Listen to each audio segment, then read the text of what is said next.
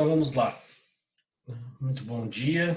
Vamos dar continuidade aqui à nossa matéria. A gente tem, trouxe na última aula ali a parte do recurso extraordinário.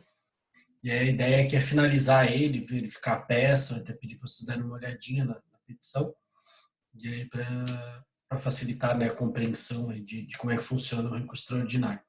Só relembrando, né, então a gente está tratando das cortes superiores, das tribunais superiores.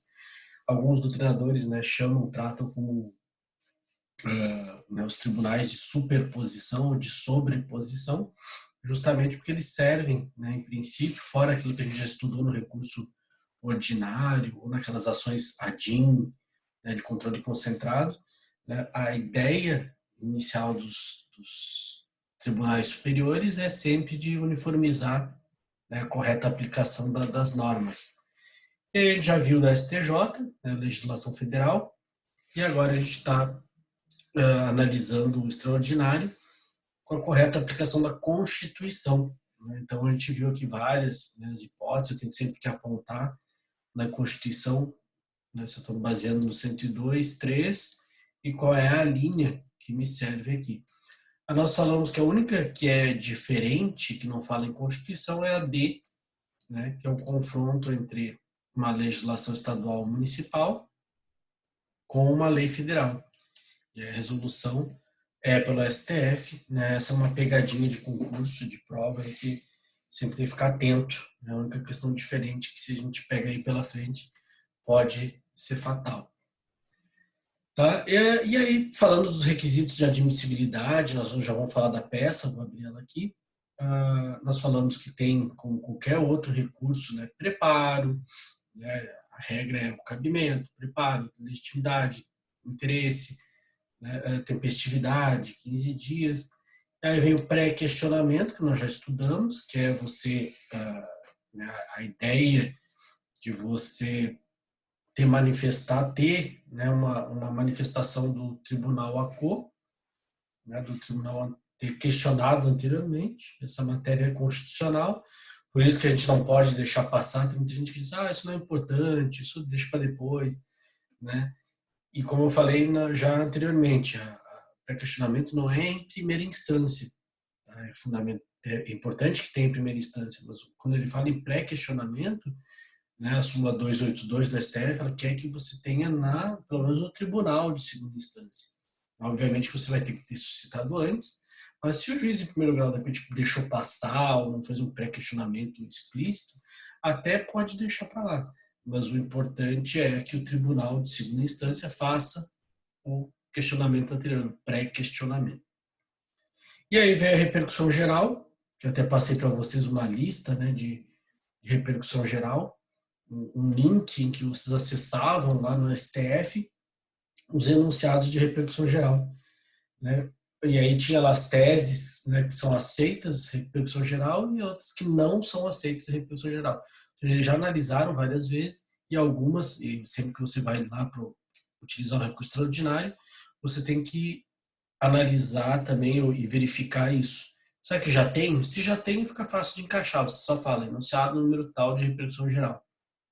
Né? E se não tem, aí vai ser da tua habilidade tentar convencer de que seu caso é diferente. Ou se não se encaixar de forma alguma, já foi reconhecido que não tem repercussão geral, você tem que deixar quieto. Né? Você não adianta teimar que não vai ser reconhecido, não vai ser conhecido o teu recurso extraordinário por falta de repercussão geral.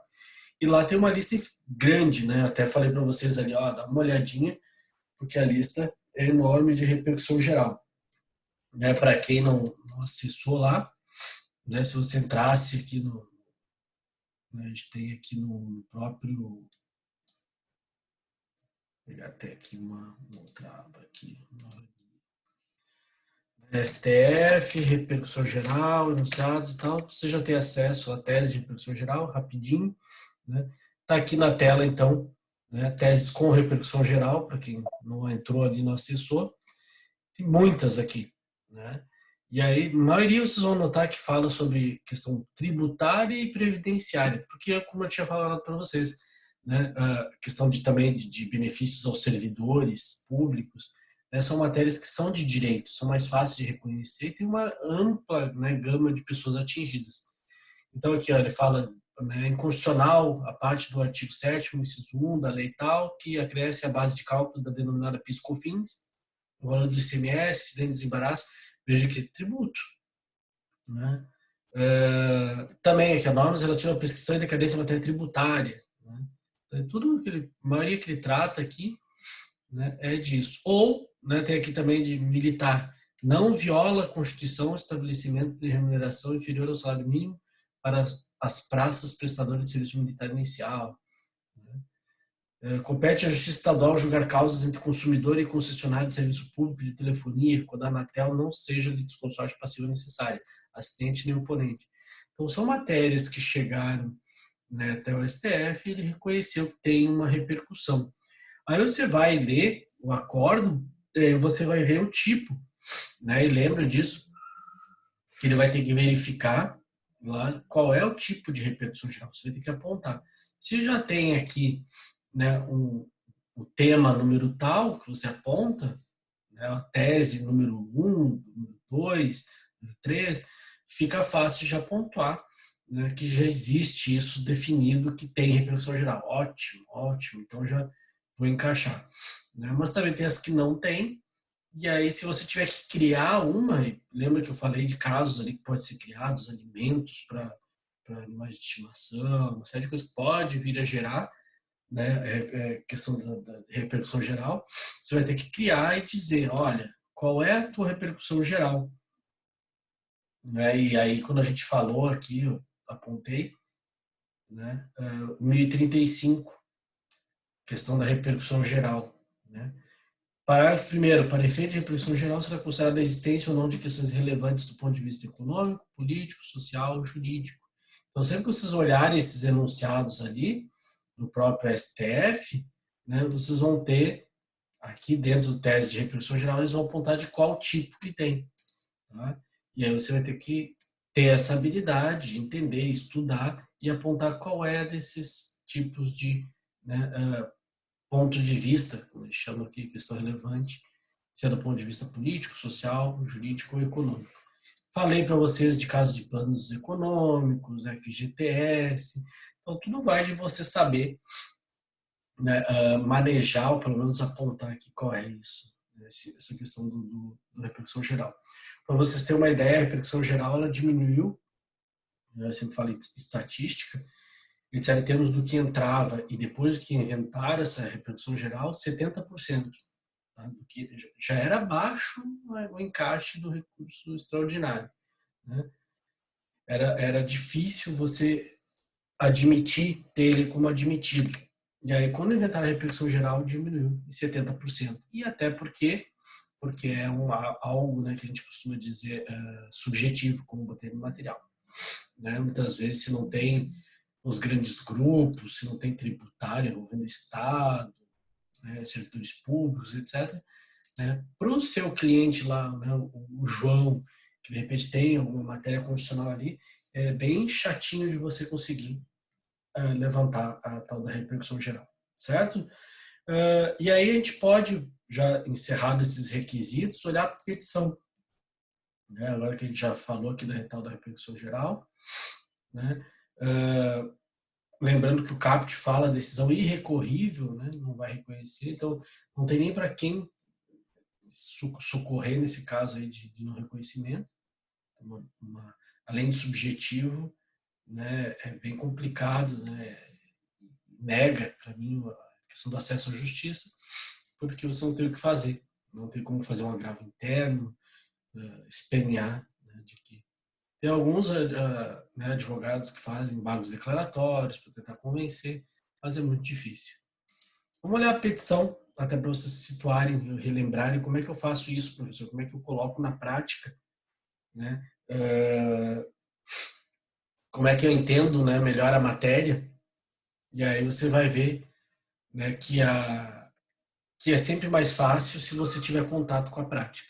Tá? Como vocês estão, né, assistindo, a Andréia, né, está assistindo julgamentos, né, do TST, tudo isso vai ajudar, Claro que, né, é uma matéria diferente, a matéria é trabalhista, mas só de você assistir, às vezes, de repente, a TV Justiça, como eu falo, que a TV Justiça passa, né, os julgamentos do STJ, STF, isso tudo, ou você buscar isso na internet, tem gravado, né, você vai poder entender como é que funciona isso, né, aquela sessão solene, coisa que a gente não está habituado. Né?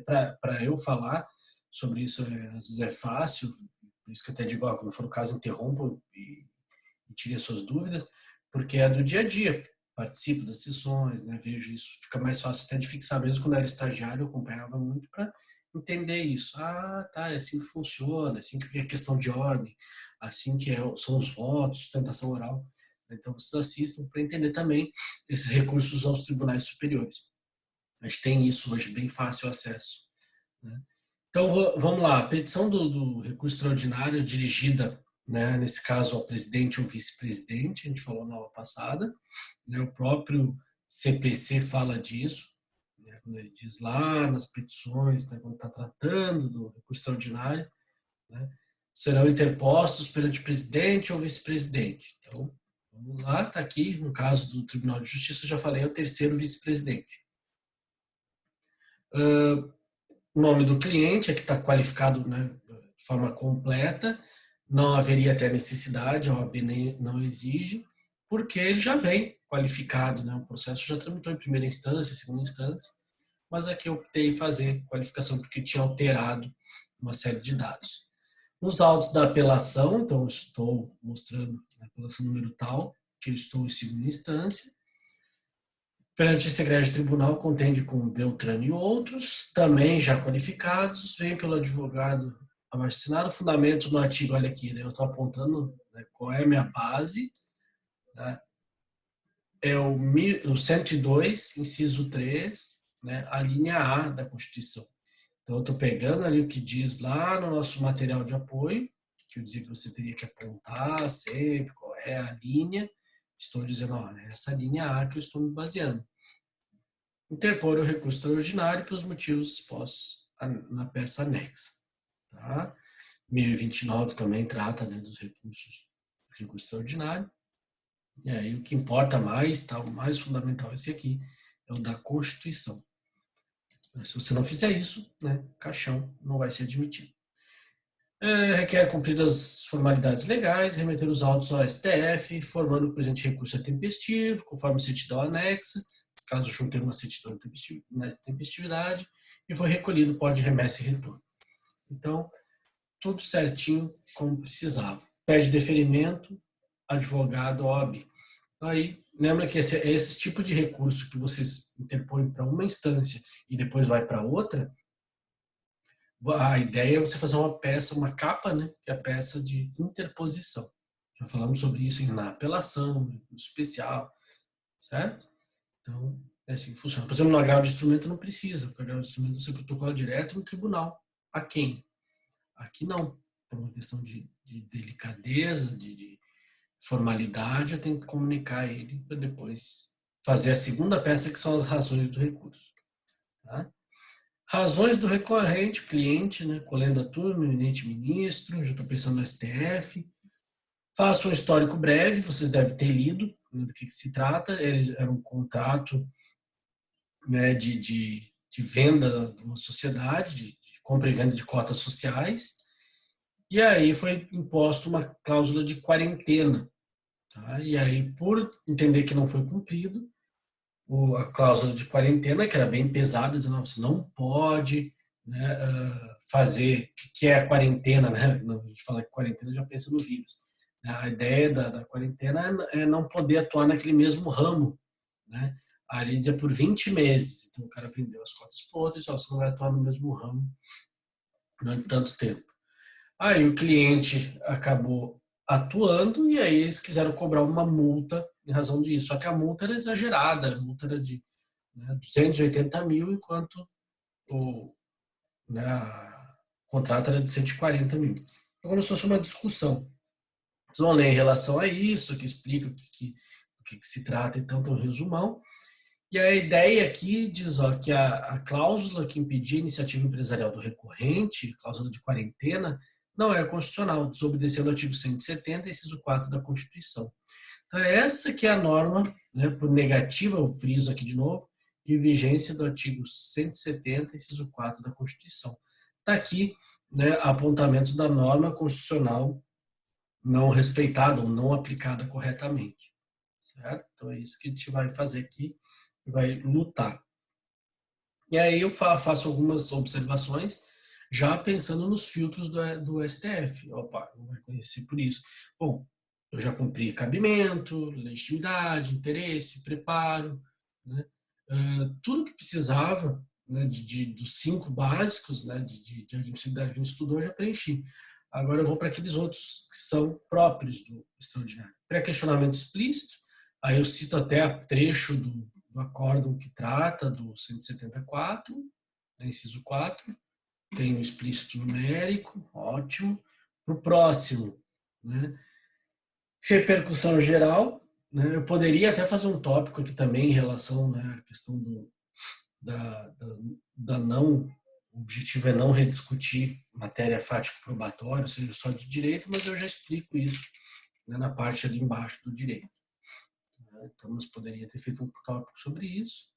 A repercussão geral, que aqui muitas vezes, né, como eu falei, como eu não tinha já reconhecido essa matéria em tese, na época, né, de repercussão geral já conhecida, já reconhecida pela STF, tive que, né, ter a habilidade aqui de explicar. Então, você vai ter que dizer, né, e eu falo, né, que explica um pouco, tem essa repercussão geral, aquele efeito ultrapassa os interesses subjetivos, né, é indispensável demonstrar que não se cuida na espécie de questão com efeitos restritos às partes. Pelo contrário, derrogar o artigo que eu aponto violado, o acórdão recorrido criou um precedente seríssimo, compromete a livre empresa, a livre concorrência constitucionalmente protegidos. Então, aqui eu só estou explicando que, e é essa que é a questão da repercussão geral, dizendo que ao decidir assim, né, e é uma matéria importante porque ela está buscando justamente acabar com algo, se perpetuar aquela tese do TJSC, né, e isso aplicado para outros casos vai impedir. Então, a questão da cláusula de quarentena, essa matéria né, que veda a livre concorrência, isso tudo pode afetar milhares de empresários, né, no país todo, que firmam esse tipo de cláusula. Então, tem que ter a habilidade de convencer o STF, né, em relação a isso.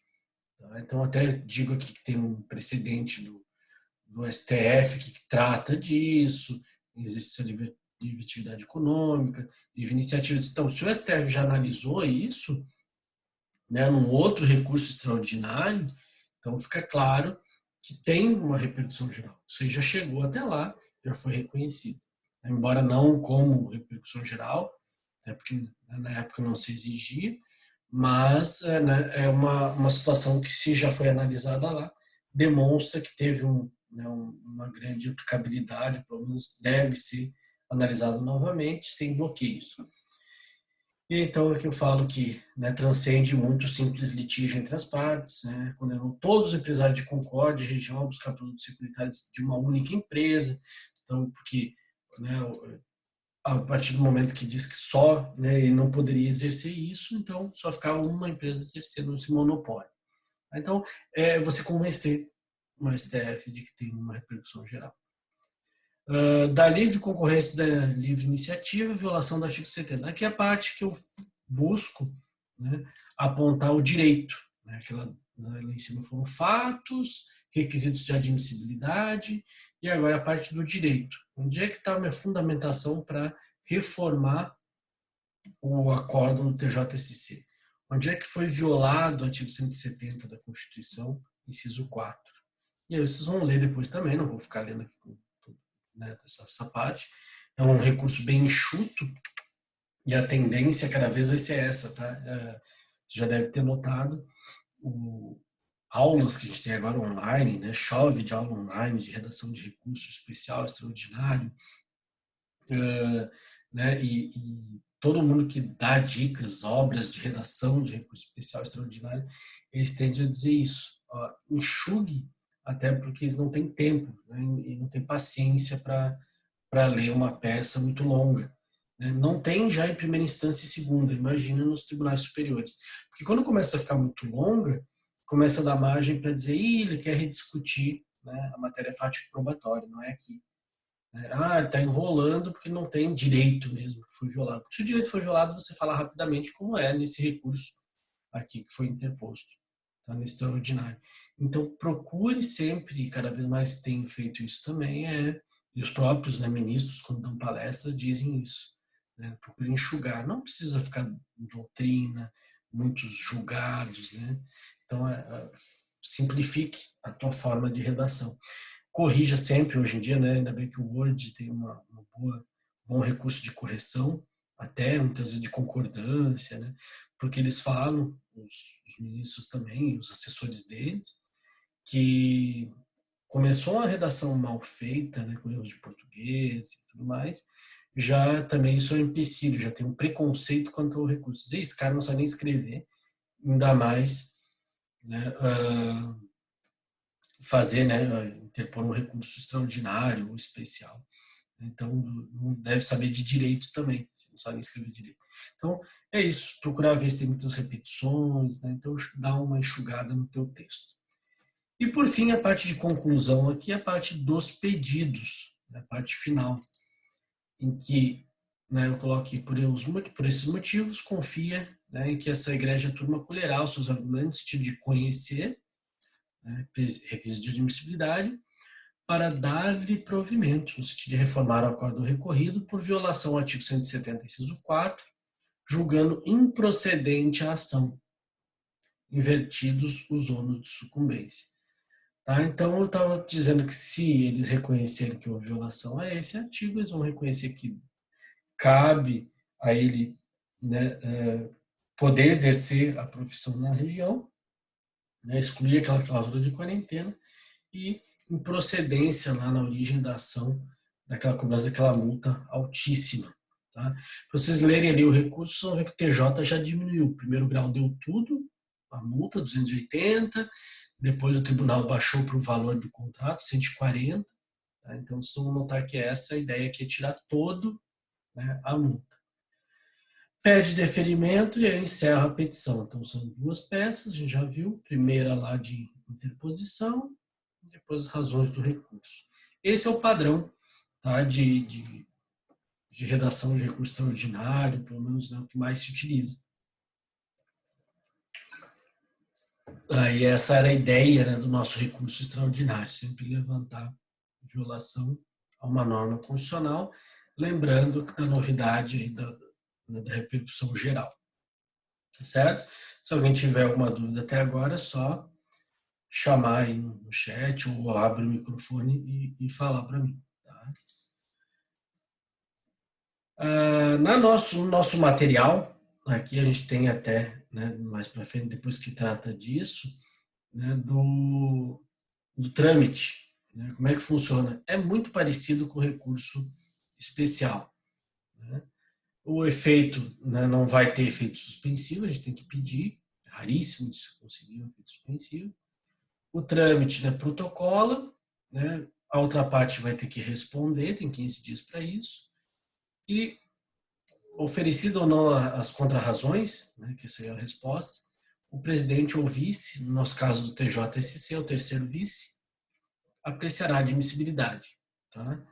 Se não for admitido, a gente já vai ver mais ali para frente. Eu tenho um recurso próprio para destrancar, já falamos também no recurso especial, chamado agravo em RESP lá.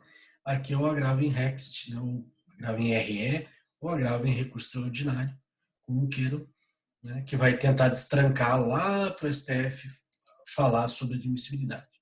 Mas lembre-se então que tem esse filtro, né, que o vice-presidente aqui no nosso caso nos impõe. Ele vai analisar. Tem a possibilidade de retratação, sempre, né, do próprio vice-presidente. E se não ocorrer, remete o agravo, se tiver no caso de agravo, né, remete ao STF, né, sem custas, até porque você já pagou pelo recurso ordinário, o ACO trancou e você está indo para o STF dizer, não, quero que porque você foi criado para analisar a admissibilidade. Né? O cara fez de enxerido ali, porque a legislação deixou, mas quem caberia mesmo é o STF. Então, se for o caso, você teima em interponência grave. E se fosse admitido, vai direto para o STF para julgamento do mérito, né? Claro que o STF vai fazer uma análise de admissibilidade também, pode ser que o vice-presidente daqui aceite, chega lá no STF, não tinha, ele errou lá embaixo. Tá? Então, é dupla análise de admissibilidade, então vai ter duas análises de admissibilidade, como é difícil, e se passar pelas duas, ele vai julgar o mérito. Né? E o regimento interno diz como é que é o julgamento no STF. Eu lembro aqui que tem, né, a questão do recurso especial extraordinário contra uma mesma decisão, é comum, né, acontecer. Lembre-se que a peça é separada, pelo amor de Deus, né, na prova de você se cair isso, não cometa essa falha de dizer que é uma mesma peça, isso é o maior erro do universo. Né? Você tem que fazer uma peça para o recurso especial e uma peça para o recurso extraordinário. Né? O prazo é o mesmo de 15 dias, tem que se virar dentro de 15 dias, você tem que fazer uma peça e fazer a outra. Né? A admissibilidade, eles fazem, o vice-presidente do nosso TJ, ele vai falar no mesmo despacho, né, na mesma decisão, né, sobre essa admissibilidade. Na mesma decisão, ele separa ali, né, recurso especial e extraordinário. Tá? O comum é fazer isso, mesma decisão. Aqui tem um errinho, tá? Depois você vai ter que corrigir isso no material. No caso de não admissão, é agravo, não é agravo de instrumento. Tá? O respectivo órgão. Agravo em RESP ou agravo em recurso extraordinário. Se quiser, já risca ali. Né? Isso aqui está errado. Tem que depois ali tirar isso aqui dessa questão do instrumento, ali está errado. Vamos lá. Depois, outra situação que é característica, que os alunos perguntam muito. O que julga primeiro, o recurso especial ou extraordinário? Né? Primeiro é o recurso especial, e aí é uma questão até de lógica processual, você vai dizer, como tem os dois, por que eu vou mandar? Lembre-se que a última instância mesmo do nosso triângulo, né, normativa é o STF, né, tanto de relação à competência, até pela questão de hierarquia da Constituição. Então, primeiro vai julgar o recurso especial, até porque no STJ pode ter cometido um outro erro, né, uma outra falha, outra má aplicação da Constituição, e aí quando você for para o STF, você já vai com tudo. Né? Tanto com aquele recurso extraordinário, esse daqui, né, que a gente interpôs junto, né, quanto de repente outro recurso, porque cometeram lá no STJ uma nova falha constitucional. Então, por isso que ele deixa por último o STF. Primeiro ele remete, vamos dizer que você fez dois grandes recursos, né, o recurso especial e o extraordinário. O vice-presidente olhou e disse, poxa, está muito bem feito, tem matéria para os dois. Ele admite os dois. Ele vai remeter, ele vai dizer, remeta-se ao STJ. Então, essa é a ordem. Primeiro o STJ, depois o extraordinário. Pode inverter? Pode. Né? Existe a possibilidade de inversão. Veja aqui que o 1031 trata. Na hipótese de interposição conjunta, isso aqui eu estou no CPC, tá? Na hipótese de interposição conjunta de recurso extraordinário e recurso especial, os autos serão remetidos ao Superior Tribunal de Justiça. Essa é a regra, está aqui no CPC. Né? Concluído o julgamento do recurso especial, os autos serão remetidos ao STF para apreciação do recurso extraordinário, se este não estiver prejudicado. Então, a ideia é essa, primeiro STJ, depois STF.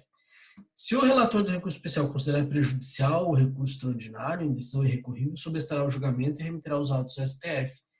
E aí esse parágrafo segundo, né, um caso que os alunos, às vezes bem atentos, perguntam como é que o professor vai inverter primeiro para o STF, depois, né, o STJ? Porque como é que ele vai achar que primeiro, ou seja, que o recurso extraordinário é prejudicial? Sempre quando eu falo em prejudicialidade, lembra disso no processo civil, prejudicialidade nada mais é do que a necessidade de julgar antes, né, uma matéria e depois que vai continuar o processo. Né? O que a gente chama, né, de prejudicialidade interna e externa. Aqui nesse caso, ele vai entender que há uma prejudicialidade, né, externa de um outro recurso, ele precisa primeiro apreciar a matéria constitucional para depois voltar. E aí pode até anotar um exemplo aí, que as pessoas perguntam para mim. Professor, dá um exemplo disso que eu acho tão... Nunca vi. Né? Os alunos que estão estagiando, dependendo da prática, sempre falam, não, professor, você primeiro STJ, depois STF, primeiro STJ. Quando é que inverte? É só você lembrar de um caso de no recurso extraordinário, você levantar uma incompetência absoluta. Vamos dizer que a matéria que está em jogo, você está levantando é que aquele processo deveria estar em outra justiça. Você levantou isso em algum momento do processo e os juízes não entenderam que não. Né? Uma questão, por exemplo, que você acha que é da competência da Justiça Federal e eles entenderam que não, a Justiça Estadual. Nesse caso, o que o STJ vai fazer? Poxa, você está levantando uma questão de competência, isso é matéria constitucional, quem determina é a Constituição, ela prevê todas as competências, seja por emendas posteriores, a própria Constituição ela tem isso. Então, o que eu vou fazer? Primeiro, o que adianta o STJ decidir, grande decisão e tudo mais, se depois o STF vai alterar a competência, vai anular tudo e tudo mais. Então, eu disse, não, primeiro eu vou mandar a questão da competência para o STF, se ele disser que está certo, continua, está tudo ok, volta para o STJ e analisa com cuidado. Né? Até porque pode ser uma matéria que você suscitou que teria competência para Justiça do Trabalho. Né? Você, poxa, quem deveria estar aqui então era TST, né? E não o STJ. Então, o que vai? Remete para o STF, ele analisa a competência e depois volta para continuar o processo, se for o caso. Tá? Então, anota esse 1031, parágrafo 2º. Um exemplo é a suscitação no extraordinário de incompetência de uma justiça, incompetência absoluta. É matéria que pode inverter, né, a regra de primeiro ser o STJ, depois o STF. Compreendido? Só para vocês terem essa ideia aí do que está tratando o parágrafo 2º também, que é objeto de muitas dúvidas. Deixa eu até fechar aqui o extraordinário. E vamos falar aqui do especial extraordinário repetitivos. Né? Isso é uma coisa que os alunos também, às vezes, demoram, né, têm uma dificuldade de entender. O 1036, vamos pegar no próprio CPC lá. Lembra que eu tratei aqui, ó, tudo do recurso extraordinário especial, falamos aqui dessas, né, de toda essa parte deles, repercussão geral, né, como é que funciona, etc. E aí chega no próximo tópico, na subseção 2, do julgamento dos recursos extraordinários especial repetitivos. O que é isso, professor? Lembra que isso eu já comentei com vocês lá no 932. Vou pegar aqui até para relembrar, trazer de volta a memória de vocês. Né? Lembra que no 932, julgamento monocrático do relator. E aí lá ele falava aqui, negar provimento a um recurso que for contrário a, e aí você vai ver aqui, acórdão proferido pelo STF e STJ em julgamento de recursos repetitivos. E aí que vem isso que a gente está tratando, né? Dos recursos repetitivos. Isso é aquilo que eu até suscitei para vocês. Vou botar só aqui. Né?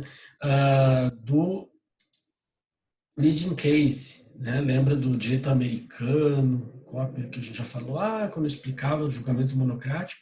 Eu disse que a ideia é que você consiga o relator sozinho julgar casos, né, que simulados, né, aquela história que você julgou uma vez, o tribunal julgou uma vez, e aí isso pode ser aplicado, né, para o país todo. Então essa é a ideia dos repetitivos. Né? Os repetitivos eles serviram, já existiam no CPC anterior até os repetitivos, né? Era para que o STJ e o STF julgassem casos que se repetem e aí você vai ter aplicação para o país todo. Mais para frente a gente vai ver que o CPC atual ele ampliou até para os estados. Hoje em dia, se você olhar ali o TJSC, ele também tem repetitivos dentro dele. Então, o TJSC pode julgar repetitivos, os tal dos incidentes de demandas repetitivas, que é um pouco diferente aqui do que está aqui, mas o legal é que aplica esse leading case, esse primeiro caso, né, o caso que vai ser considerado a tese, né, principal, ela vai ser julgada para o estado todo de Santa Catarina vai aplicar. Então, eles deram esse poder até para acelerar os processos. Então, a ideia, e isso é cópia do direito americano, é agilizar o andamento dos processos. E aí vamos pegar aqui para vocês entenderem melhor ainda. Quando é que eu tenho a possibilidade do recurso extraordinário especial ser considerado repetitivos? Fala aqui no 1036. Sempre que houver multiplicidade de recursos extraordinários ou especiais, então você vai lá sublinhar e lembrar disso, multiplicidade de RESP ou REXT. O que é isso, professor? Quanto que é? Não tem algo definido, tá? Na lei, regimento interno, porque alguns alunos perguntam. E o caso de ser repetitivo é que ele é múltiplo, ou seja, a matéria de direito, e é o próximo tópico aqui, com fundamento idêntico à questão de direito, tá? É caso de repetitivo. E aí você vai dizer, professor, são 20 iguais, 20 recursos com a mesma matéria de direito, é repetitivo? Depende da análise dos tribunais. Tá? Obviamente que 20 não vai ser suficiente. 100 não vai ser suficiente. O que eles querem é que tenha uma repetição tão grande dessa matéria de direito que seja fundamental, eles já estão por aqui, né? Tá sempre, toda hora, sempre aquela mesma matéria pingando aqui, né? Principalmente quando a gente vai ver também o que aconteceu na repercussão geral, já viu, tributário, previdenciário, aquilo ali está toda hora batendo lá nos tribunais. Eles não aguentam mais. Meu Deus, todo dia tem a mesma tese, Ctrl+C, Ctrl+V, Ctrl+C, Ctrl+V. Né? O que eles fazem? Pô, vamos matar uma vez só, a gente julga, a gente pega exemplos, pega teses divergentes desses casos, né? Pega a mesma questão de direito, reúne num julgamento só, e aí você vai ter a possibilidade de pacificar no país todo. Então, como eu falei ali do direito americano, até sugeri para vocês lá no material, vocês assistirem, né, o filme da Ellen Brockovich e tudo mais, que é um exemplo de um filme americano, né, com a Julia Roberts e tudo mais. Se quiser, não sei se tem Netflix ou outra plataforma, vale a pena você assistir, porque vai explicar um caso que não existia, né? E aí eles acabaram, depois começaram as pessoas a suscitar isso e tudo mais. O direito americano tem uma diferenciação do nosso, né? Mas a ideia é que julga uma vez e aplica para todo o país, né? E aqui, então, você tem que ter multiplicidade. Quem vai, isso aqui, vamos dizer, tem uma subjetividade, quem vai eleger isso, né, são os próprios, depois o caso vai acabar indo lá para os ministros, né? Nós vamos falar aqui na sequência que os próprios presidentes ou vice-presidentes dos tribunais de justiça podem levantar isso. E hoje em dia, com a internet, é muito fácil. Então, eles vão estar analisando uma matéria, vamos dizer que é o teu recurso especial, né? Chega na mão de um deles. Eles vão olhar e vão dizer, puxa, isso aqui está se repetindo bastante, acho que já tem um... Vamos olhar nas outras câmeras. Eles olham lá nas outras câmeras, têm acesso. Poxa, aqui tem, acho que em cada câmera deve ter uns 400 recursos desse, né? Estão pingando em outras câmeras da mesma matéria. Aí eles vão pesquisar em outros tribunais também, então eles podem sugerir, eles remetem no Tribunal de Justiça de Santa Catarina, remete para o STJ dizendo essa matéria eu acho que é repetitivo, né? Ela tem multiplicidade já de recursos especiais, né? Pode ser extraordinário também, mas especiais, e mesmo idêntica à questão de direito, né? Por exemplo, se uma taxa de iluminação pública é legal ou não. Então, eles podem sugerir para que seja aberto, né, o julgamento de recurso repetitivo. Vou dar um exemplo para vocês que ocorreu há não muito tempo, né, que acontecia e foi julgado em tese de repetitivo, um especial repetitivo, que é aquela questão do Serasa, né, do scoring, que hoje em dia todo mundo fala, né, qual é o teu scoring? Tu já entrou lá, né, o próprio Serasa está patrocinando essas lives de cantores, e às vezes até eu vejo que os cantores falam isso, né, dizendo, você já viu o teu score, como é que tá? O que é o score? Né? Tipo um velocímetro dizendo lá como é que você está bem ou não. Isso empresas utilizam para fazer empréstimos, né? Então a ideia é eles pegarem, né, eles utilizam esse teu ranking como bom pagador ou não. E aí isso começou porque, né, as pessoas tocaram, os primeiros, né, pessoas procuraram advogados, isso há muito tempo, começaram a dizer, poxa, eu estou tendo negado lá, não porque eu estou inscrito no Serasa, é que eu estou com a minha pontuação, porque eu trazia algumas contas, eu estou com o velocímetro lá no amarelo, não estou nem no vermelho e não estou no verde, eu estou no amarelo. E os caras estão negando empréstimo, negando, eu nunca fui inscrito no Serasa. Então, o que eles disseram? Poxa, isso aí está violando a privacidade das pessoas. O Serasa criou isso, está vendendo para as empresas esse acesso, e isso é ilegal, isso causa um dano moral, porque estão tendo acesso a coisas que são sigilosas, né? Eles pegam, colhem dados de bancos, empresas, e estão montando esse score, né? E aí esse scoring, né, de concentric scoring, que eles chamavam, né? Eles ajuizavam processos e ganhavam dano moral. O juiz começaram a se conceder. E para você ter uma ideia, né, isso, agora eu não lembro o ano certinho que isso bombou, mas se não me engano, uns 3 anos atrás, eu lembro que tinha alunos até, estavam já no Unisul, diziam, professor, lá no meu escritório, eu perguntava, né, e os Serasa? No meu escritório já ajuizou 150 só hoje. Então você imagina, um escritório de 150 por dia, e bombou isso no país todo. O que é? É uma ideia de múltiplos recursos. Logo acendeu essa luz lá dentro dos tribunais de segunda instância, já existia o julgamento de demanda repetitiva, né, de recursos repetitivos. Eles disseram, poxa, vamos sugerir, porque no país todo, né, a gente tem cerca de 1,5 milhão de processos aí, com essa mesma pegada. Juiz dando, juiz não dando, papapá. O que eles fazem? Nós vamos falar aqui na sequência. A ideia do repetitivo é suspender no país todo os julgamentos. Então, peraí, né? O João Kleber da vida, para, né? Para o país todo os processos, ninguém julga mais nada, ninguém sai, ninguém entra.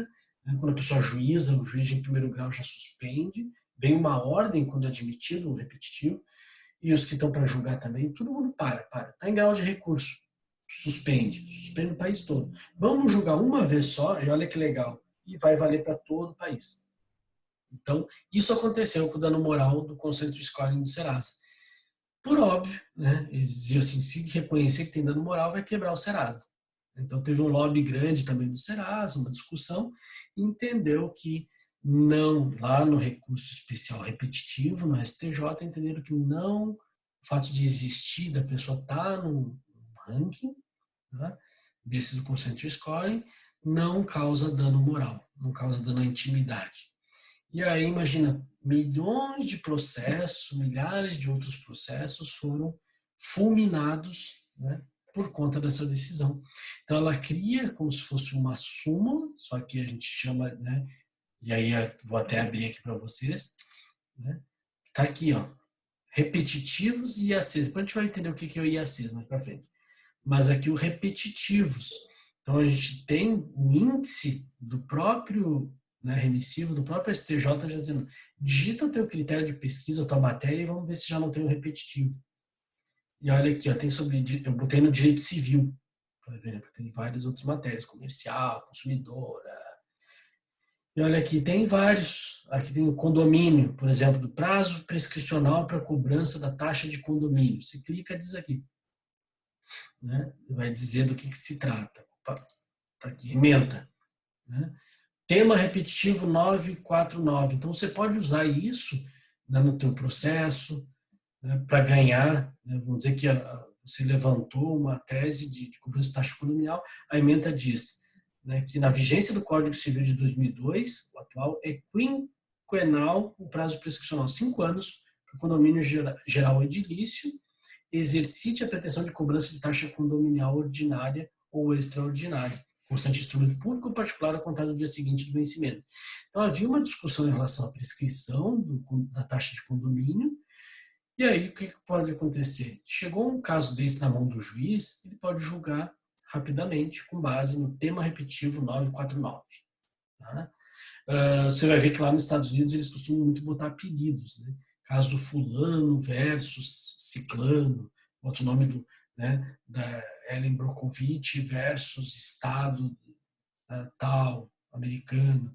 Então eles gostam de botar um nome, como se fosse, né, a estrela que a gente diz que a gente descobre e bota o nome. A estrela tal do astrônomo. e tudo mais. Nos Estados Unidos bota o nome e a pessoa fica famosa por conta do repetitivo leading case. Aqui não, eles botam números, né? Claro, não botam o nome da pessoa que originou, até porque eles pegam uma série de recursos, reúne para julgar uma vez só. E aí, você pode suscitar isso tanto quando você for juiz, né, o desembargador, você usa, isso é parte do tema repetitivo 949. E pau, né? Já fala que já está definido isso. E desde a primeira instância, você pode julgar liminarmente, né? Já rapidamente. Certo? Então, vejam que existem muitos aqui sobre contrato de locação, contrato de seguro, e vai, você pode ficar o dia inteiro aqui pesquisando, e é interessante, são matérias que se repetiam, né? Olha aqui, incidência de pensão sobre o 13º e o, né, salário e o terço constitucional de férias. Uma coisa que também se discute muito, né? Vai incidir ou não? Aqui ele bota consolidação da jurisprudência sacou no sentido da incidência da pessoa alimentícia sobre o 13º e o terço constitucional de férias, também conhecidos respectivamente como gratificação natalina e gratificação de férias. Pronto. Então, às vezes o juiz fixa alimentos e deixa de falar sobre isso. Então, nesse caso, você usa o tema repetitivo 192 para julgar o processo. Certo? Então, vamos continuar aqui para entender melhor, espero que estejam compreendendo. Então, dois fundamentos básicos. Multiplicidade de recursos sobre uma mesma idêntica questão de direito. Então, não é questão fática, né? É questão de direito. Por exemplo, ali, alimentos sobre 13º salário, alimentos sobre férias. É ou não? Isso é questão de direito, não tem que discutir provas, matéria fática, probatória. Né? É se incide ou não. Porque os juízes muitas vezes botavam ali, 30% sobre o salário do fulano. Aí chegar no 13º, não, mas não está nada ali sobre o 13º, não está nada falando sobre as férias. Então é o caso aqui, sim, de você utilizar, e essa matéria se multiplicava, o mesmo idêntica questão de direito. Fala que haverá afetação para julgamento de acordo com as disposições dessa subseção, como a gente vai ver aqui, observado disposto no regimento interno do STJ e do STF. Então, ele está dizendo que o reconhecimento de afetação, quando ele fala afetar, é que ele entende que você cumpriu. Você tem multiplicidade e idêntica questão de direito. E isso cada vez mais vai ser aplicado. A gente está amadurecendo no nosso processo civil, né? O nosso CPC de 2015, né?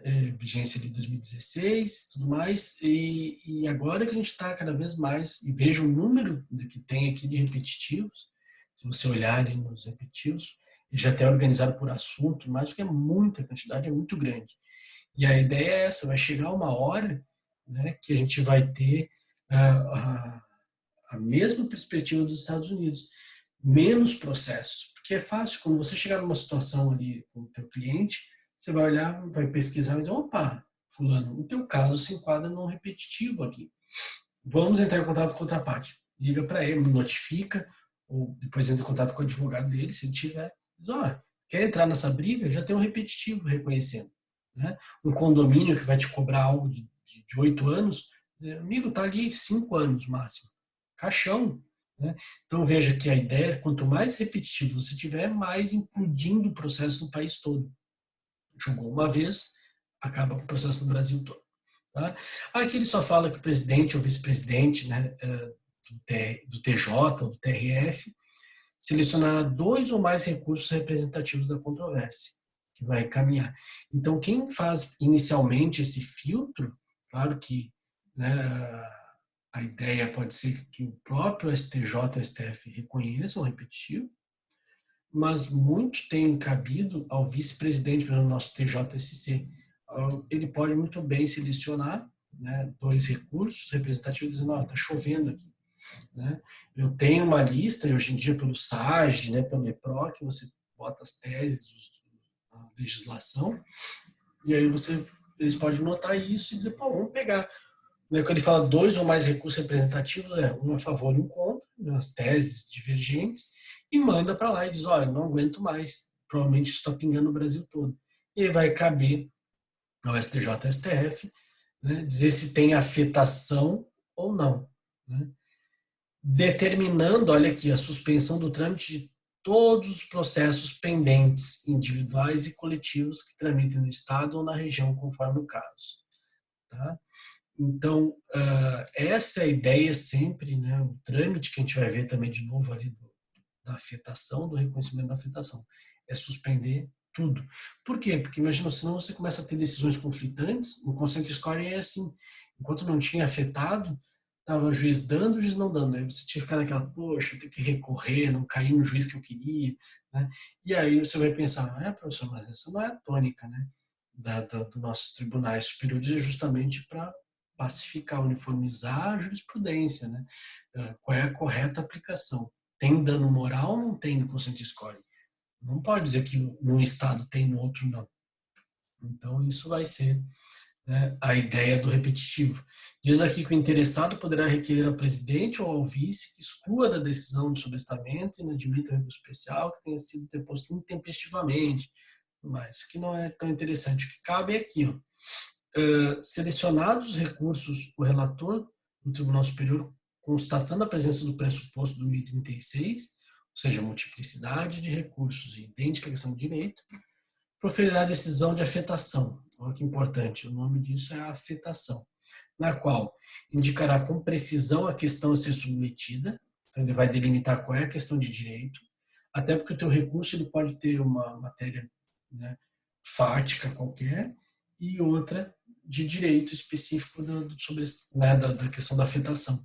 Então ele vai dizer que só estou afetando, né, a questão X, né? Por exemplo, ali nesses casos da prescrição da taxa condominial, né, do condomínio que você paga mensalmente. Então, ele diz que é isso que ele vai suspender, né, em seguida. Olha aqui, determinar a suspensão do processamento de todos os processos pendentes, individuais ou coletivos, que versem sobre a questão e tramitem no território nacional. Então, até inicialmente lá, ele falava, se for no caso do nosso TJ, ele pode suspender em toda Santa Catarina e mandar para o STJV. Ele estava fazendo algo preventivo, estou afetando aqui, mandando lá para o STJV se eu tenho ou não razão. Então, ele suspende todo o estado de Santa Catarina por enquanto. Depois vai esperar a manifestação. Chegando lá no Tribunal Superior, vamos pegar o nosso STJ, ele vai dizer, opa, tem sim afetação, a questão, né, de direito é tal, e vamos dizer que fosse o concentric scoring, ele chegou na época, aconteceu isso, eles determinaram que, né, que a questão era se havia ou não dano moral em manter a pessoa no concentric scoring, suspendeu todo o território nacional, não é mais no TJ só, né, todo o território nacional mandou uma ordem para todos os tribunais, para já o processo, né, em primeira instância, segunda instância, não interessa, para tudo. Poderá requisitar aos presidentes ou aos vice-presidentes dos tribunais de justiça ou do TRF a remessa de um recurso representativo da controvérsia. Ou seja, ele pede, então, aí para que todos os tribunais do país mandem, né, a ideia é essa, né, recursos que eles entenderam que foram bem redigidos para um lado e para o outro. Olha que interessante, então ele quer opiniões para decidir uma vez só. E foi assim que aconteceu com o Centro Scoring do Serasa. Ele mandou, meu país todo, tribunais do país todo mandaram julgados daqueles tribunais, né? Não só julgados, obviamente, mas recursos, né, que suscitavam o especial e o extraordinário, se fosse o caso, no caso era especial do Serasa, na matéria da legislação federal, e aí até para eles poderem se basear. Continuando aqui, a gente vai ter que ler, né, porque que é interessante aqui. Só pegar aqui a parte que interessa mais para frente. Tá aqui, ó. As partes deverão ser intimadas da decisão de suspensão do seu processo, ser proferida pelo respectivo juiz ou relator, quando informado da decisão a que se refere inciso 2. Então, isso aqui tudo se mandou suspender, eles emitem ordem para os magistrados e para os desembargadores, tudo está abaixo, e aí os próprios processos você vai receber, vai te relatar que existe um repetitivo que está em trâmite, foi reconhecida a afetação. Vou dar um exemplo outro que está nessa mesma situação, que é o dos planos econômicos, né? O plano Collor, o plano Bresser e tudo mais, aquela questão da correção da poupança. Então, a gente tem os pais aí com processos, né, nessa situação. estão esperando uma decisão da STJ, né, sobre a forma de correção, como que aplica, como não aplica. Milhares de, né, milhões de processos aí no país em relação a isso, eles resolveram sobrestar. E aí o próprio juiz do teu processo, lá depende do teu pai ou o seu, vai intimar, né, dessa decisão de afetação. Opa, foi afetado, fica na sua, suspendeu tudo, e depois vai ser julgado de uma vez só, e a gente vai dizer o que que aplica. Porque é óbvio que depois que julgar o leading case, lá, o caso repetitivo, ele vai aplicar imediatamente a todo o país. Tá? É como se for, né, a ideia é essa, né, de vincular todos os magistrados para que obedeçam essa decisão. Também não tem sentido. Até os alunos perguntaram, professor, tem alguma punição se eu não quiser aceitar? Porque teve depois juízes, né, naquele caso da poupança, dos planos econômicos, que desrespeitaram. Não sou obrigado. Né? Uma coisa, lembre-se, é a súmula vinculante. A súmula vinculante tem punição se você, que é do STF, vocês já estudaram isso, né? Acho que no Constitucional. A súmula vinculante, se você não respeita como magistrado, você pode ser punido. Tá? Existe punição, né, criminal, administrativa e tudo mais, em relação a não respeitar. Aqui não, aqui é né, ele deve julgar dessa forma, de utilizar esse precedente, né, o chamado repetitivo, né, mais do que um precedente, né, uma demanda repetitiva, só que não há punição. Então tem um juiz que não quis aplicar. Ah, não sou obrigado. Só que por que é uma besteira? Porque depois o próximo tribunal, em primeira instância o juiz não, e teve casos que eu vi que já não respeitaram, segunda instância vai julgar de acordo com o repetitivo. Se não fizer, vai chegar no STJ e eles vão dizer, poxa, eu já tenho isso aqui repetido. Para que você vai ficar pulando? Né? Eu tive o meu sócio até, na época, eu não entrava com esse processo do consent scoring, não gostava, não simpatizava, achei que não ia dar certo, não quis ajuizar nenhum. Ele ajuizou 2 ou 3, até para questão de família e tudo mais. Disse, se tiver perda, vai ser em casa, eu explico. A pior coisa, né? Advogar para a família não é fácil. Se tu ganhar, não fez mais que obrigação, se perder, você é um merda. Então aí ele pegou e fez um dele, acho que da tia dele, aí saiu repetido, ele, bom, agora o juiz vai negar porque não tem dano moral. E é juizado especial, não vai ter nada. A juíza disse, não sou obrigada a respeitar o recurso repetitivo. Foi lá e julgou contra. Aí ele ficou naquela desespero, meu Deus, agora vai ter recurso, vai ter honorários, né? Vai ter que mandar sucumbência para minha tia, sendo que eu mesmo já entendia, né, que não cabia. Aí ele foi lá na questão depois do recurso do Serasa, né, e aí fez um acordo para dizer que reconhecia a não existência, o Serasa aceitou. Né? Então veja que não é vinculante, mas claro que vai chegar uma hora que eles vão ter que respeitar, até porque vai pingar lá no STJ. Vamos pegar aqui, o que mais? Então a gente já falou aqui da afetação para o país todo, certo? Aqui, suspensão vai ser informada. Na hora do julgamento, né, e a gente costuma dizer aqui diz, demonstrando distinção entre a questão a ser decidida no processo e aquela a ser julgada no recurso especial, a parte poderá requerer o prosseguimento. Então aqui está dando uma brecha para você, se tiver um caso seu que foi afetado, foi suspenso e não tem nada a ver com aquilo, você pode tentar, obviamente, argumentar para dizer, não, meu caso não é igual, né, àquele. Por exemplo, de repente você tinha um caso de inclusão no Serasa, né, negativação, e eles botaram no bolo do consent scoring. Você diz, não, peraí, não tem nada a ver. O meu caso é de inscrição indevida, e não citar o nome no consent scoring lá no scoring do Serasa. Então, tem essa possibilidade de você demonstrar. E aí, aqui mais para frente, que é bem grande nessa parte de julgamento, vamos pegar já no julgamento do trâmite do especial repetitivo do extraordinário. Vamos pegar aqui no julgamento em si. Fala que o relator, vamos dizer que já afetou, suspendeu no país todo, não está o caso específico de um cliente seu que foi sobrestado, né, a tese. Aí ele vai dizer aqui, o que vamos fazer? Como é que vai julgar? Olha que legal, quando tiver já tudo suspenso no país, o relator poderá solicitar admitir a manifestação de pessoas, órgãos ou entidades com interesse na controvérsia. considerando a relevância da matéria consoante dispuser o regimento interno. O que ele está fazendo aqui? Né? Ele está dizendo, você já deve ter estudado o tal do amicus curiae. Né? Lembra do amicus curiae? O amicus curiae vocês estudaram lá nas intervenções de terceiro. Né? É quando, num julgamento, especialmente nos tribunais superiores, eles ouvem pessoas, né, que têm um conhecimento sobre a matéria, né? Órgãos ou entidades, depende se ela é uma matéria ambiental, vamos ouvir o Greenpeace, né? Vamos ouvir a OAB, dependendo da matéria, da relevância jurídica. Então, isso é a possibilidade de você utilizar o amicus curiae, né?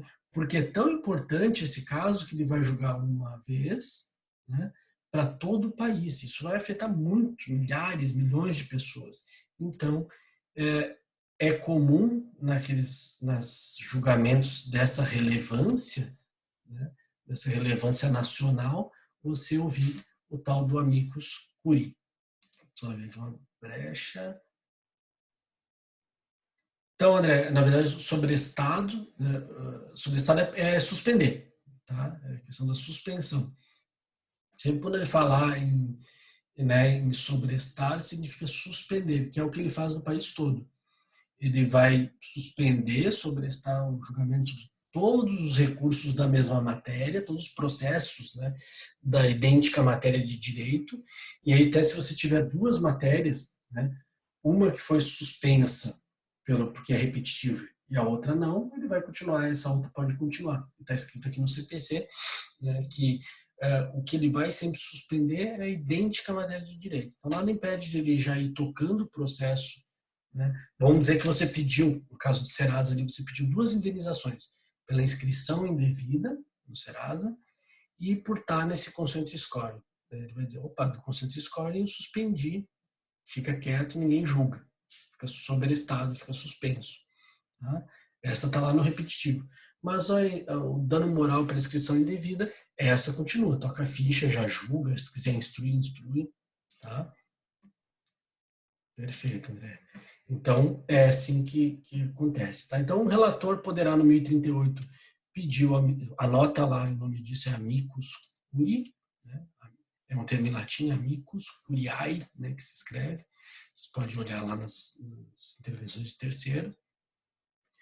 Fixar a data para a audiência pública, ouvir depoimentos de pessoas com experiência e conhecimento da matéria, com a finalidade de instruir o procedimento. Então, vamos dizer que tenha algo para, como eu falei ali, de repente, é caso de muita demanda pedindo alimentos para animais de estimação. Você pode chegar e sobrestar no país todo, está bombando agora essa matéria. Vamos julgar em repetitivo, se aplica ou não alimentos para animais de estimação, seres sencientes, né, que chama.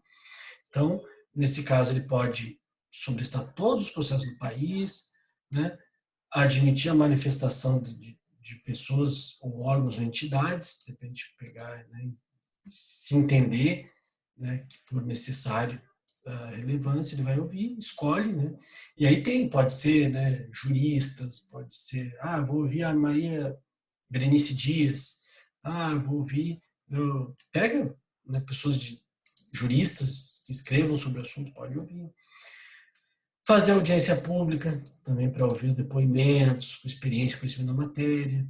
Isso acontecia muito, né, antes da súmula vinculante, antes de editar uma súmula vinculante, é muito comum. Né, as tal das audiências públicas, né, também, né, decisão. Requisitar informações dos tribunais inferiores a respeito da controvérsia, né, pedir para o MP se manifestar. Isso é um cuidado que tem que se ter, porque lembra que vai julgar, e alguns dizem, que burocracia, professor, mas lembra que uma vez julgado, você fulmina milhares, olha a economia que isso causa para o judiciário.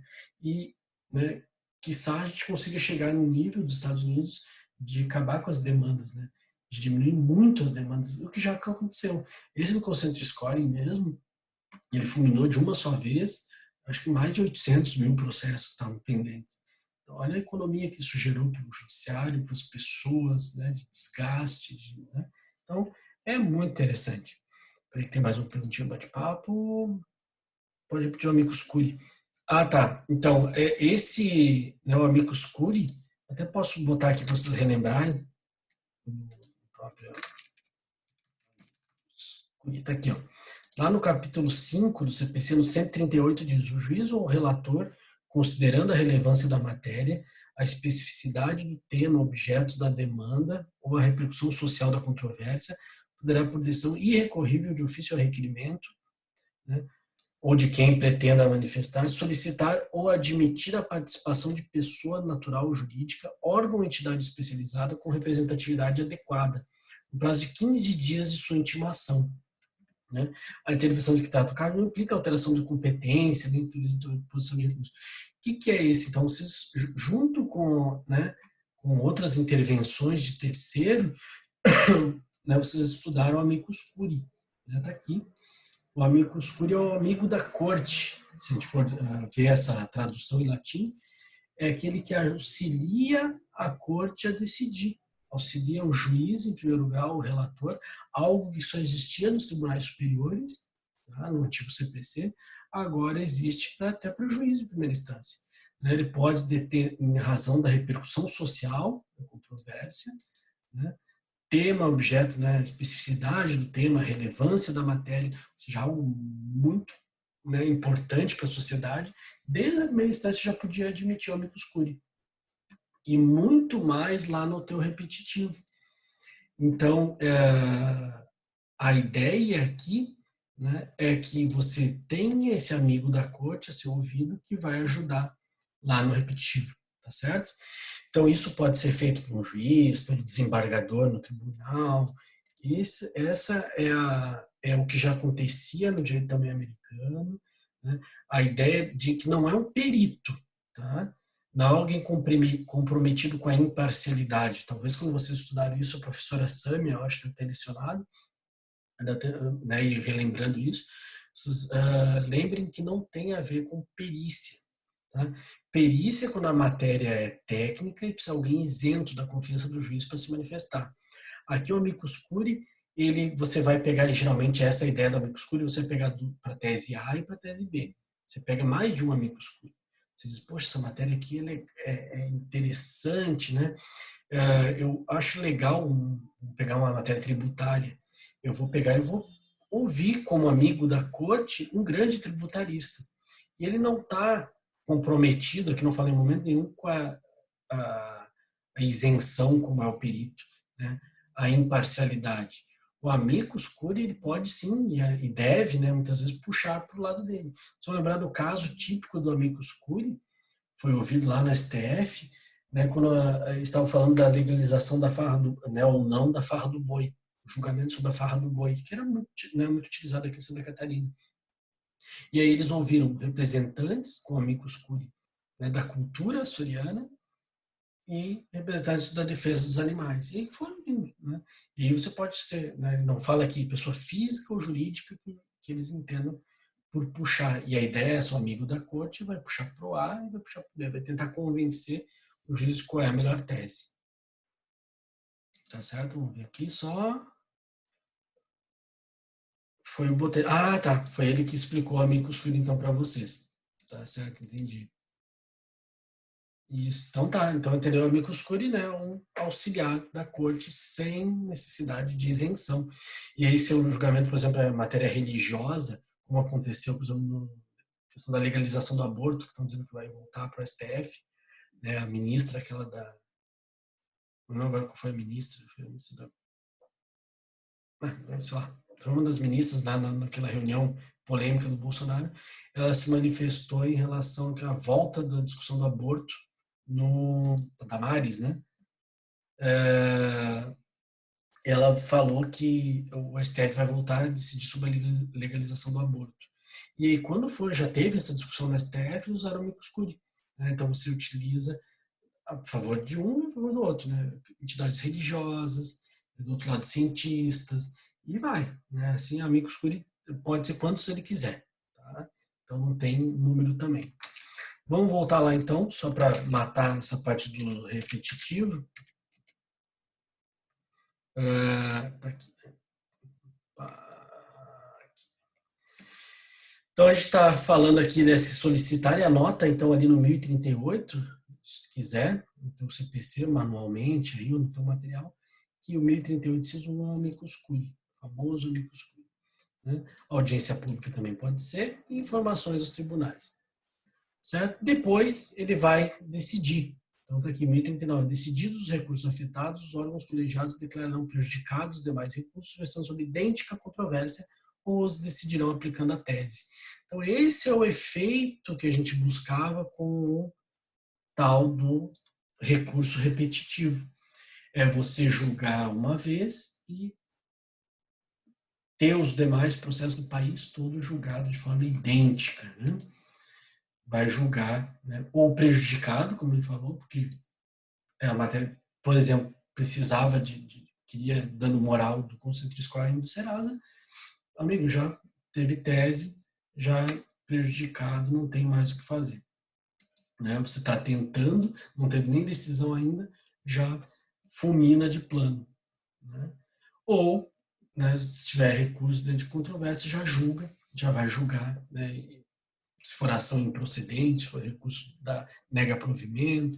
Então essa é, por óbvio, né, o que a gente pretende o 1039 com o julgamento da demanda repetitiva.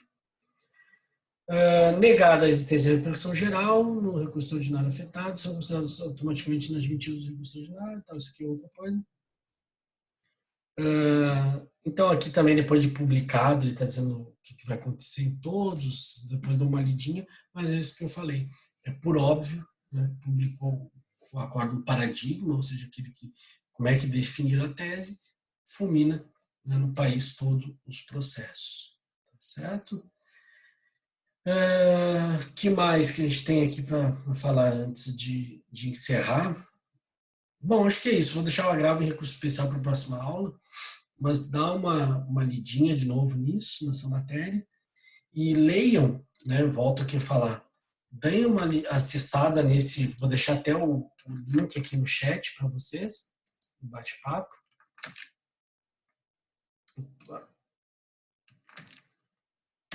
Para vocês acessarem depois aí com calma. Acessem os repetitivos para vocês entenderem como funciona, né? Ele explica que como é que originou, né, os acordos posteriores ao repetitivo, como é que julgaram depois, né? Então tudo isso vai gerar, né, você pode ver, né, como que se originou, como é que chegou a ser um repetitivo, e todos são matérias, né, obviamente que são repetidas, que vocês já ouviram falar em algum momento. Olha esse aqui, ó, possibilidade em ação de reparação de danos de condenação da seguradora denunciada à lide direta e solidariamente nos limites contratados. Por quê? Porque vocês já estudaram o denunciação da lide, lembra, né, com o caso de seguradora, né, só para explicar melhor como é que chega a isso. As pessoas têm um seguro, né, alguém, você bateu num veículo, por exemplo, te processou. Você denunciava a lide, depois de condenado e pagava, você ia pedir esse ressarcimento da seguradora. E aqui não, aqui ele fala que, né, em ação de reparação de danos, né, uma filha face do segurado. Por exemplo, eu bati num veículo e está me processando porque eu bati, que eu pago a despesa. A seguradora denunciada, por exemplo, a Liberty Seguros, pode ser condenada direta e solidariamente junto com esse. Então não há necessidade de fazer uma denunciação da lei disso, pagamento por um, ou se ele não pagar, eu vou na seguradora. Eu já peço a condenação, boto no polo passivo, né, já diretamente, pode ser como denunciação da lide mesmo, ou como ré, a própria seguradora, e eu explico aqui, cito, né, meu tema repetido 469, porque existia muita discussão em relação a isso. Ah, primeiro tem que esgotar, primeiro tem que ver se ele paga, se não, aí a seguradora. Não, nada impede que seja condenado diretamente, já condena direto a Liberty Seguros, né, e pagar solidariamente, ou seja, já pega o dinheiro dela, depois eles que se virem. Tá? Dentro dos limites contratados na pólice, pode fazer. Então, vejam a importância da demanda repetitiva, né, desse instituto, né, que cada vez mais vai ser utilizado. Tá? Por isso que eu volto a frisar que é importante. E a gente vai ver, logo em seguida, a gente vai estudar que os tribunais de segunda instância também podem fazer isso. Tá? É uma tônica do nosso TJSC, ele foi um dos precursores do nosso Tribunal de Justiça em utilizar os repetitivos. Tá certo, senhores? É bastante coisa, tem bastante, né, informação. Se tiverem algumas dúvidas, podem entrar. Eu fico à disposição aqui dos senhores para sanar. Jefferson, Pedro, Luana, Júlia, Andréia, né? Não sei se vocês têm ficado com alguma dúvida em relação a essa matéria.